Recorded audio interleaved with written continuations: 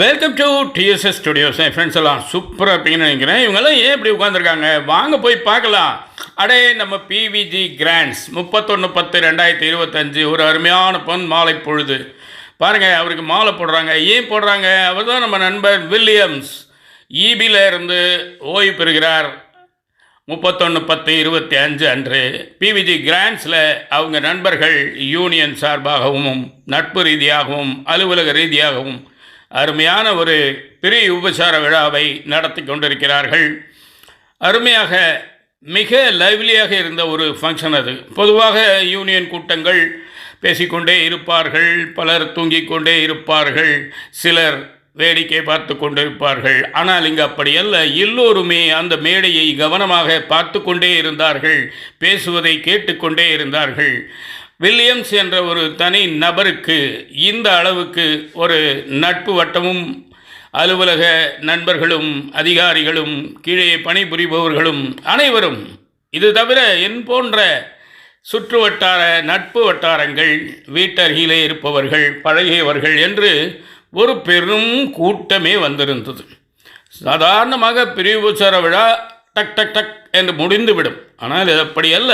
1 மணி நேரத்துக்கு மேல் நீடித்த அந்த விழா நிறைவாக இருந்தது, நிறையவே இருந்தது. அனைவரும் ஆத்மார்த்தமாக ஈடுபாட்டுடன் கலந்து கொண்டார்கள்.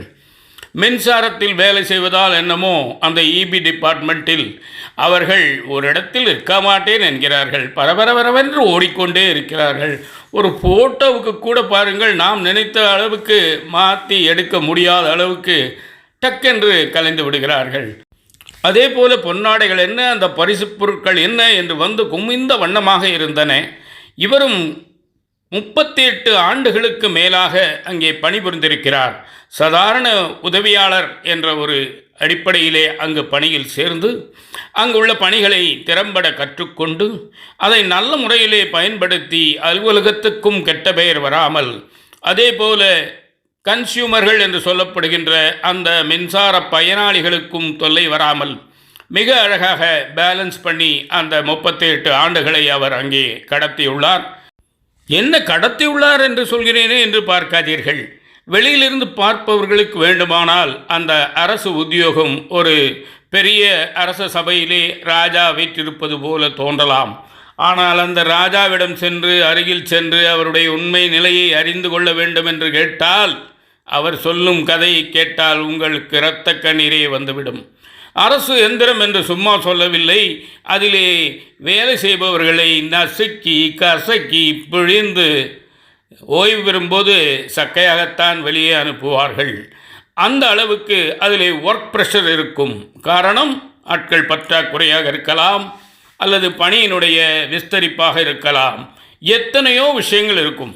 உடனே ஒரு ஸ்பாட்டுக்கு வா என்பார்கள். எந்த வண்டியும் கிடைக்காது. எப்படி போவது? இரவு புகழ் பாராது வேலை செய்ய வேண்டும். ஏனென்றால் மின்சாரத்தை நாம் மற்ற பொருட்கள் போல சேமித்து வைத்து தேவைக்கான அளவுக்கு எடுக்க முடியாது. அது ஓடிக்கொண்டே இருக்கும். நாம் அதை திருப்பி விட்டு கொண்டே இருக்க வேண்டும். இதுதான் அவர்களுடைய நிலைமை. பாவம், என்னதான் செய்வார்கள் அவர்களும்.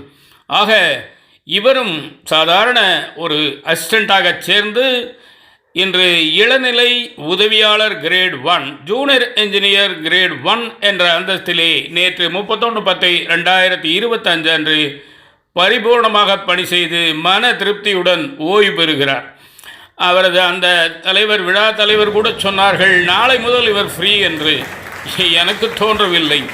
ஏனென்றால் ஆடிய காலும் பாடிய வாயும் சும்மா இருக்காது என்பது போல எப்போவாது கரண்ட் போனால் கூட இதனால் தான் போயிருக்கிறது என்று இவர் வீட்டில் பேசி கொண்டிருப்பார். இதை எப்படி சரி செய்ய வேண்டும் என்று மனைவியிடமோ மகனிடமோ மற்றவர்களிடமோ சொல்லி கொண்டிருப்பார். ஆக 38 ஆண்டுகள் அந்த நினைவுகள் அவ்வளவு சீக்கிரம் அகலாது. அந்த அளவுக்கு வேலையிலும் ஈடுபாடாக இருந்தவர்கள் அந்த வேலையையும் அந்த இடத்தையும் அந்த உத்தியோகத்தையும் கண்டிப்பாக மறக்க மாட்டார்கள். ஏனென்றால் அந்த ஈடுபாடு அப்படி. அப்பா, எப்படா தப்பிப்போம் என்று தப்பி பிழைத்து வரும் ரகமல்ல மிஸ்டர் வில்லியம்ஸ். அவர் அந்த வேலைகளை ஈடுபாட்டுடன் செய்தார், கண்ணியத்துடன் செய்தார், கௌரவத்துடன் செய்தார், அருமையாக செய்தார். அந்த அளவுக்கு அவருடைய பணி சிறப்பாக இருந்தது. அதற்கு என்ன உதாரணம், நான் ஓரிரு நாட்கள் தவிர அவரை அலுவலகத்தில் சந்தித்ததே கிடையாது. ஆனாலும் இன்றைய நிகழ்ச்சி நடக்கும் அந்த விதத்தை பார்த்தால், அதன் ரிதத்தை பார்த்தால், அந்த பதத்தை நீங்கள் புரிந்து கொள்ள முடிந்தால் நிச்சயமாக அவர்கள் மனதிலே எந்த அளவுக்கு ஆர்வம் இருந்தால், இவர் மீது பற்றும் பாசமும் வைத்திருந்தால் வருவார்கள் என்பதை நீங்களே முடிவு செய்து கொள்ளுங்கள். ஒரு வயதான மனிதர் மேலே ஏற முடியாமல் ஏறி அவருக்கு சால்வை போத்தி மைக் பிடித்து பேசினார். அதையெல்லாம் பார்க்கும் பொழுது ஒரு நிகழ்ச்சிக்கு நாம் ஏன் செல்ல வேண்டும், நாம் வராவிட்டால் யாருக்கு தெரிய போகிறது என்று இருப்பவர்களுக்கு அது ஒரு சின்ன பாடம். அந்த ஈடுபாட்டுடன் அந்த இடத்தை நிரப்புவதுதான் அழைப்புக்கு உண்டான சரியான மரியாதை. அநேகமாக 90% மேலே அவர் அழைத்தவர்கள் அனைவரும் வந்திருப்பார்கள் என்று நான் நம்புகிறேன். இது தவிர அவருடைய நட்பு வட்டாரம், அவருடைய குழந்தைகள் 2 பெண்கள் 1 பையன், அவர்கள் மூலமாக வந்த நட்புகள், சம்பந்தி வகைராக்கள் என்று அது நீண்டு கொண்டே போகிறது. இன்னொரு விசேஷம் பார்த்தீர்களா, இவருடைய நிகழ்ச்சியில்தான் நானும் முதலாக பார்த்தேன். இவருக்கு 1000 சால்வைகள் 1000 பேர் போத்தினார்கள்.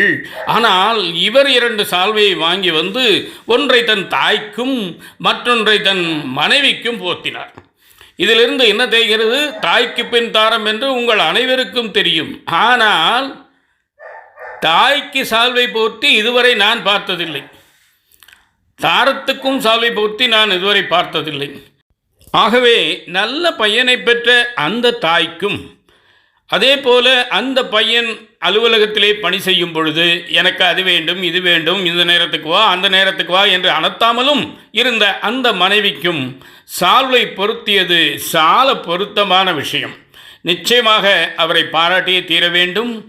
எப்பொழுதுமே மனைவியின் தொல்லை இல்லாதவர்கள் அலுவலகத்திலே அமோகமாக பணிபுரிவார்கள். அதே போல் மனைவியின் தொல்லை அதிகம் இருந்தாலும் பல பேர் அலுவலகத்தை விட்டு வீட்டுக்கு வரவே மாட்டார்கள். இதுவும் உங்களுக்கு தெரிந்த விஷயம்தான். கிட்டத்தட்ட நாம் நிகழ்ச்சியின் நிறைவு பகுதிக்கு வந்துவிட்டோம். எவ்வளவு அருமையான உயிரோட்டமான இந்த நிகழ்ச்சியை கண்டு களித்து இதுவரை உடன் பயணித்த உங்கள் அனைவருக்கும் எனது நன்றி கலந்த வணக்கத்தை தெரிவித்துக் கொள்கிறேன். இதுபோன்ற நிகழ்ச்சியில் பங்கெடுக்கும் பொழுது நமக்கு ஒரு புது உற்சாகம் பீரிடும். அதுபோல நாமும் அவரை போல மாறி பணி செய்ய வேண்டும் என்ற எண்ணம் கூட வரலாம். அல்லது இப்படியெல்லாம் மனிதர்கள் இருக்கிறார்களா, இத்தனை பேர் இதற்காக திரள்வார்களா என்று கூட தோன்றலாம். அது அவரவர்களின் மனதையும் பார்வையையும் அந்த மன விசாலத்தையும் பொறுத்த விஷயம். ஆக இந்த நிகழ்ச்சி இந்த இடத்திலே இவ்வளவு அருமையாக நடைபெற்றது குறித்து அனைவருக்கும் மிக்க மகிழ்ச்சி. தமிழ்த்தாய் வாழ்த்துடன் தொடங்கிய அந்த நிகழ்ச்சி பிரேயரில் தொடங்கி அருமையான அறுசுவை உணவுடன் இனிதே நிறைவேறியது. நானும் மேடையிலே பேச வேண்டும் என்று ஆசைப்பட்டேன். அதற்குண்டான சந்தர்ப்பம் சரியாக கனியவில்லை. ஏனென்றால் நான் ஃபோட்டோவும் வீடியோவும் எடுப்பதில் மிகவும் குறியாக இருந்துவிட்டேன். அதனால் என்ன, இப்படி சொன்னால் நீங்கள் கேட்க மாட்டேன் என்றா சொல்லப் போகிறீர்கள்? இதோ நான் பேசுகிறேன். ஒரே ஒரு விஷயம்தான். அவர் வீட்டில் மின்சாரமும் சரி சம்சாரமும் சரி ஒரே ஒரு கனெக்ஷன் தாங்க. நிச்சயமாக இந்த விஷயம் உங்களுக்கு பிடிச்சிருக்கோன்னு நம்புகிறேன். உங்களுடைய மேலான கருத்துக்களை எதிர்பார்க்குறேன். மீண்டும் சந்திப்போம். அதுவரை உங்களிடமிருந்து விடைபெறுவது உங்கள் அன்பன் டி. சண்முக சுந்தரம், போத்தனூர், கோயம்புத்தூர். நன்றி, வணக்கம்.